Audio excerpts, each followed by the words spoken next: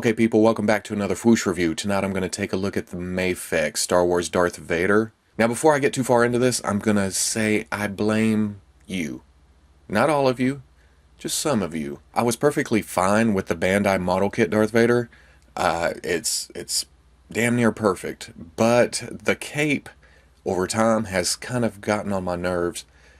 But at the same time, just looking at pictures of the MAFEX version, I thought, his helmet's a little small, or, well, the face part is anyway. I'm still good with the Bandai Vader.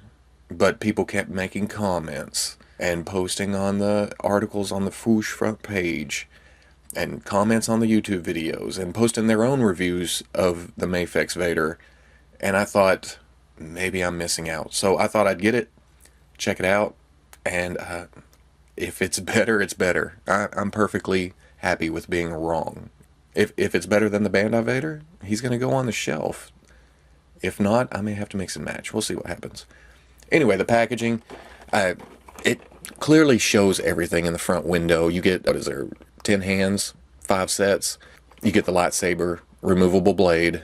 You get the unmasked head. I guess you switch that out with the helmet. And the first thing looking around, you have the figure on the side and then on the back.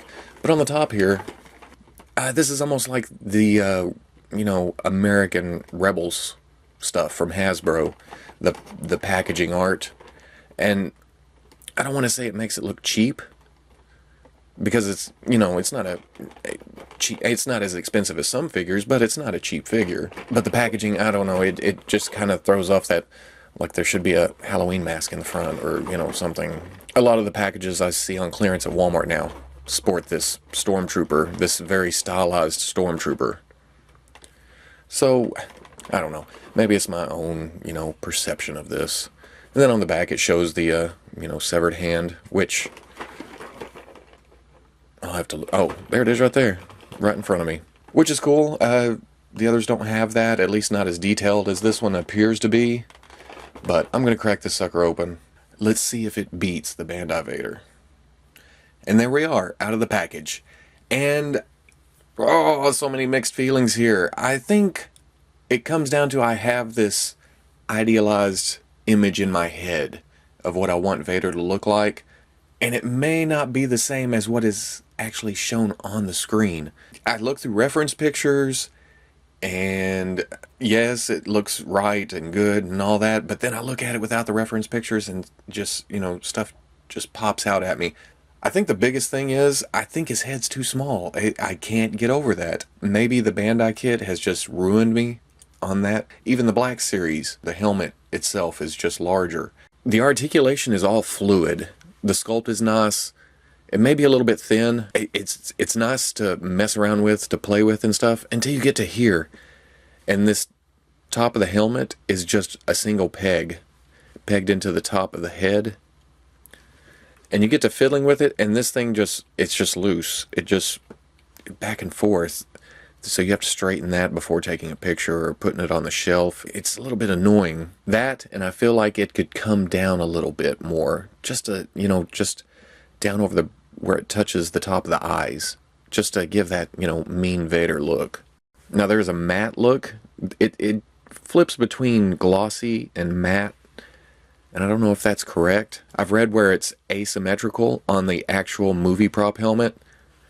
And you can see well, you probably can't, but right here, the matte black comes down to here, whereas on this side, it's painted up to be glossy in the same place on the opposite side. I don't know if that was on purpose. I've read it is, but that's just one thing that jumps out at me, only because I'm a huge fan of, gloss black, or gloss anything, really. I'm going to do the articulation real quick, and then we'll get to the comparisons. The head, there's not a lot of movement here. The cape comes up into some kind of collar piece, and it restricts head movement. You can only get left and right about this far, and then up, and then no down. The front of the helmet there snags on the front armor piece. The shoulders, very impressive. There's a hinge and swivel inside of on the outside of a ball joint. So there's forward and back movement to the shoulder. So you can bring his arm back, you can bring his arm forward, and this front armor piece is kind of rubbery, so it moves out of the way. On top of this shoulder pad being kind of attached to it, it's not on a hinge, it just flops up and down. But when you put the arm down, it comes back down, covers, it works out great. So you can get up pretty good. Then it swivels around, which I don't want to go ripping on that. There is a bicep swivel, double elbows, and they come all the way back. You can touch his own face. There's a swivel above the glove only because this is removable for the handless look, which we'll get to in a second. And then below there's a hinge and swivel, but the hands pop on deep, so there's not a lot of hinge. You don't get a lot of movement there unless you bring the hand out a little bit, and then you can get a little bit more. And then it swivels. Now the cape overall, there is like a thin wire running along the front of it, and you can get a little posing. It's not going to hold it up in the air, but you can get some extra curves into it, and it looks natural. In fact, it looks very natural. The way it's bunched here at the neck, it just looks like it doesn't look flat or it hang loose, or it just looks very nice. The back, the armor comes down a little bit, but it just stops. And then the back of the robes are kind of flat. The belt, it's not very detailed, but it's all hidden under the cape. It's cool. The upper torso has a ball joint, and you can get around, you can get back, you can get forward until it hits his chest box, which is another kind of thing for me. It seems like this box is a little low. It's close to his belt, whereas all the other figures and most pictures I've seen, the box is a little up. But it's passable. Then at the waist, there's a swivel, and it's kind of a ball, but it only goes back. It doesn't really go forward. There's no side to side. The hips are hinge and swivel. It almost works like the Bandai kits, or the Figure Arts figures. You can shift down here a little bit and get some good forward, some good back. But when you pull down one leg, the other shifts. It's like it's on a pivot joint right there. So if you get this and you go to stand him up and you think the left leg is shorter than the other, like I have several times, just shift the legs forward or up and down until you get centered. The skirt here, it's not like the cape. Cape's cloth. The skirt is rubber, but it's split into 3 pieces, and it's not the strongest material in the world. It'll flex out to accommodate his hips, which you can get out about that far. There's a swivel at the thigh. You have double knees. You can't get all the way back, but you can get pretty far enough for Darth Vader. There's a hinge at the ankle. Gets pretty good movement. There is a forward-facing peg for rocker, and then you have a toe joint. You don't get a lot of movement out of it, but it's subtle. It'll work. Now, you can see there's 2 fists on Vader. He also comes with a kind of a relaxed open hand, both right and left. He comes with 2 splayed out hands, right and left, kind of force using, force pushing. He comes with 2 grip hands for, holding the lightsaber, right and left. And then he has 2 pointing hands. I'm not quite sure what that is for. Wait. Actually, the pointing hand's not that bad for holding the lightsaber in a more forward position. The grip hands are pretty much straight up and down. Actually, I like that. That's not bad. For one-handed poses. And to switch out the hands, you just pull. Now, since I've pulled this glove off, it wants to come off fairly easy. But it stays on whenever you're not, ripping on it, trying to get the hands off. And the peg is fairly small, but I have not had one single problem with it yet. I'm just going to try this for a second. The finger. And yeah, that's not bad. I kind of like that. It's kind of a loose grip, I know it's a pointing, but you know, you put the button right there, that works. And it's more of a straight out pose. Now, I started posing him with the lightsaber. I didn't even show it. The lightsaber's nice. It has the silver and a couple of gold, well, a gold spot right there. The blade is removable. Yeah. And it's flat. The peg that goes into here, it's a flat piece. It's got kind of an L shape to it. And there's a slight angle to the blade to match the angle of the lightsaber. So it only goes in one way. And this one's kind of bent. I'll have to heat it up or something because I cannot get it to straighten out. The lightsaber can hang from the belt. There's a small hole in the lightsaber. And then there's a peg right here. It just pegs right onto it. And it stays pretty good. The peg right there swivels on the belt. So it hangs loose. It's pretty nifty. And then he comes with Old Man Anakin head. It's not bad. It's a pretty good sculpt. The paint, kind of sparse, kind of light. It's pretty much just a dry brush just to bring out the details of it. And for that, you take off the head, and then the top part of the helmet here comes off, exposing this kind of control panel with the breathing tubes. And then it's kind of a square peg. The best way I found for this is to jut his chin down between the breathing tubes and then shove it on. Because the breathing tubes kind of get in the way when you try just forcing it straight down. And again, the head, slightly small. I prefer the Figure Arts Vader head unmasked that came with Figure Arts Luke.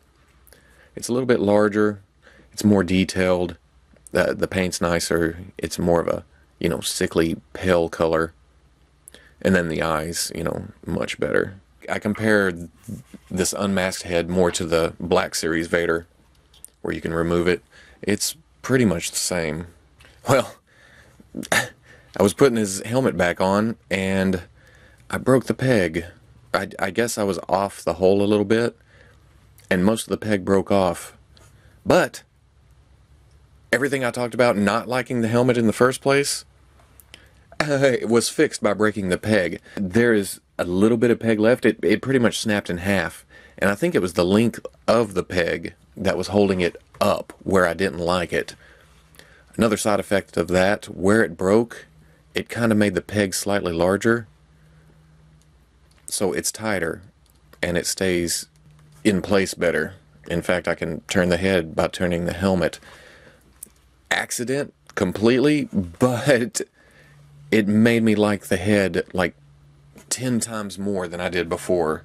It looks more natural now. It's not floating up above his mask part.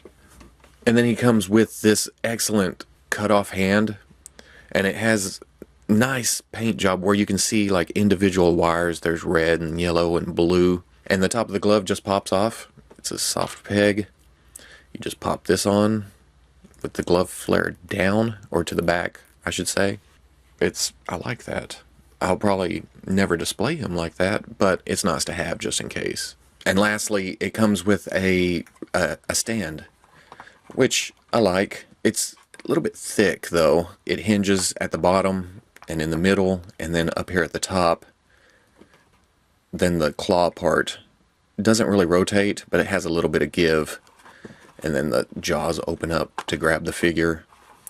And it's strong enough to hold the figure up in the air, but I think this is mostly just to help him stand, which, really, I haven't had a problem with him standing at all. He's pretty balanced, nice stable base, even the action poses, mostly, I haven't had to have the stand, but I like to have an extra stand around just in case. Now, here he is with the Bandai model kit and the Hasbro Black Series. And really, I don't even consider the Hasbro Black Series anymore. I just don't like it. It's short, it's stubby, and well, height-wise, it looks comparable, but you start looking at the shoulders, and the shoulders are way low, almost like his upper body just kind of slumps down. I just don't like it, and I really don't like the sad walrus head. I like the size, but I don't know, the eyes are too big. He looks pouty. Now, my current favorite is the Bandai model kit, and like I was talking about earlier with my idealized vision of Vader in my head, this is what I see. A thicker, taller, broader, bigger helmet. This is what he looks like in my head. But the more I mess with this, especially after breaking that peg, I'm starting to like the MAFEX Vader better. He's more fluid. He's more proportionate, I guess, altogether. I still feel like the helmet could be bigger, but like I said, since breaking the peg, I kind of like the helmet more. I'm starting to like the matte black to bring out some of the detail. When I'm looking at these, I almost see the prequel Vader here from the end of Revenge of the Sith in the MAFEX. I don't know. Maybe because of the thinner proportions. I also like that the MAFEX, the cloth cape just lays a lot better than the Black Series. I think what it's going to come down to here is your personal preference. Whichever Vader you think is the best. And by now, there's plenty of choices out there. There's 5 different Vaders in the 6-inch scale right now. I don't have the Revoltech, and I don't have the Figure Arts. I know the Figure Arts is too small, and the Revoltech is this, the stylized look with the funky plastic cape that's jointed all over the place. This time the MAFEX takes it. I'm going to admit it. Here's Vader with the Figure Arts Luke, and I like the scale here. He's very imposing over the shortness of Luke. Well, the normal human proportions of Luke. Now, one final thing. The complete head does come off. Bottom of the head and all. And it leaves a socket here, which I saw Rectangular suggest this, that you could take the model kit Vader head and put on this body. But the problem comes in, well, actually, this piece comes out too. And I hate doing this, because I really don't want to mess up my model kit. But you can put the neck into the head here. No problem. The problem comes in because of the cape collar here. This head is definitely bigger, the model kit head, so it does not want to go down in between that cape collar. You can kind of shove it in there, and it kind of sits. The socket doesn't exactly fit perfect. Yes, it's bigger, and I wanted bigger, but this is almost too big. I'm not quite sure. At some angles, it looks okay. At others, it looks huge. I don't think this is going to work. And the sheens are off somehow. They don't really match up, and that drives me nuts. This is almost a dark helmet thing going on. So at the end of the day, I like this Vader a lot more than I thought I would. I'm glad you guys hounded me to get this. I have no regrets about getting him, but the overall sculpt, the paints, the finishes, just all excellent. And like I've been harping on, the head size may be a little bit off, but after snapping that peg, wow! It just, it did something for me. It fixed most of the problems I had with the helmet. I think it's safe to say that I finally have my end-all, be-all Vader. I'm going to miss the model kit, but... And I'm not saying miss as in, him standing in front of the Emperor and my stormtroopers and that kind of thing. I'm still going to have Vader off to the side. And really, it's a different version. I mean, the silver's different. The helmet's a little bit different. It's 2 different Vaders. There's nothing wrong with that, but in the main showcase of my display, I think the MAFEX is going to take it. And I should have listened to you guys earlier. I should have had this on pre-order. I should have got it as soon as it came out. But I'm happy I got it now. So thank you, everybody, for making me spend my money, you punks. And next, MAFEX is going to make me do the hard decision with Boba Fett. I was good with the Black Series. Model kit came along. I'm currently weathering on it, or, practicing up. It's looking better. And now MAFEX shows a Boba Fett. How fair is this? It's almost like Hasbro has to get theirs out first, and you get it thinking, just in case it doesn't come out anywhere else. And then a better version comes out. and then a better version comes out. But to each his own. You know, that's what it comes down to. Enjoy your collection and find what works best for you. So if you like the review, comment, like, subscribe, and I'll catch you on the Fwoosh. The only paint on the figure is up here on the head, and it's just clean. It's pretty much perfect. And then the eyes, painted very nicely. It's just, you know, he has that staring, getting ready for battle look, and then the alternate head has the, you know, the meaner look to it. It's Darth Maul in 6-inch form. That's all I can say.